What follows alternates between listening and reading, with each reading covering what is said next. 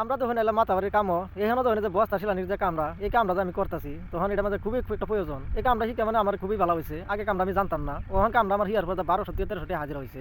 এই কামরা জন্য মাতাবাড়ির বস্তা শিলানির কাম মেশিন দিয়া যদি এই কামরা যদি শিখবার মানে তাহলে আমার যোগাযোগ করতে পারবেন। আমার একটা বন্ধু আছে, বন্ধু আমার তো ফেরো বিশ আমার একটা উপকার করে দিতে, কি উপকার আমি করে দিতেছি তুই যাই দিই যে আত্মা গাছের পাতা লাগবে, কুত্তার সাইডের ছাতা লাগবে, শুকুরে মার ফুটকি চামড়া লাগবে, শসের আল্লাহ চাল লাগবে, 5টা ডিম লাগবে, বাতাসে ঢুকা লাগবে, আগুনের জিপটা লাগবে, যদি এন্ডি দিলে আয়তন তাহলে লোক ভালো হবে। আর যদি নাও হতে হিমন্ত মামাদের নদীর ভাড়া বাড়ি বানছে, হিমন্ত মামার কিন্তু বিল্ডিং ফিল্ডিং কিছু থাকতো না, যত বিল্ডিং আছে সব মানে হিমন্ত মামার উড়াই দিব। তো এই বিল্ডিং বান্ধা কোনো ফায়দা হতো না। যদি বন্ধু যদি লয়ে আয়তন তো বেমার ভালো হবে না, তো রোগ ভালো হতো না। সত্যি ভালো করে লইয়া সবাইকে আসসালামু আলাইকুম। আমরা হলাম যখন ডিপ্লিগর কামো, আমরা ডিপ্লিগর কামো হইলাম মাতাবাড়ি কাম করার লেগিয়া এখনো আয়া দেখলাম যে সাদা বস্তার কাম করতেছে। এই সাদা বস্তার কামের মধ্যে আয়া দেখলাম যে তারা বন্ধু বান্ধব দুটো আছে, সবই বস্তা লুট করতেছে। এ দিয়ে তো যে আরেকটা আমার বন্ধু বস্তা সিলাইতে লাগছে। আমি কই বন্ধু বস্তা তুই এবার তো সিলাইতে খালি হুতা বাঁচবো।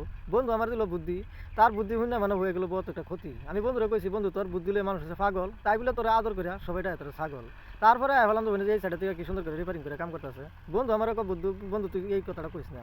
আমি কই কে লেগা কইতাম না, তুই এই কথাটা কর পরে দেখ মানুষে খালি তোর এটা ছাগল।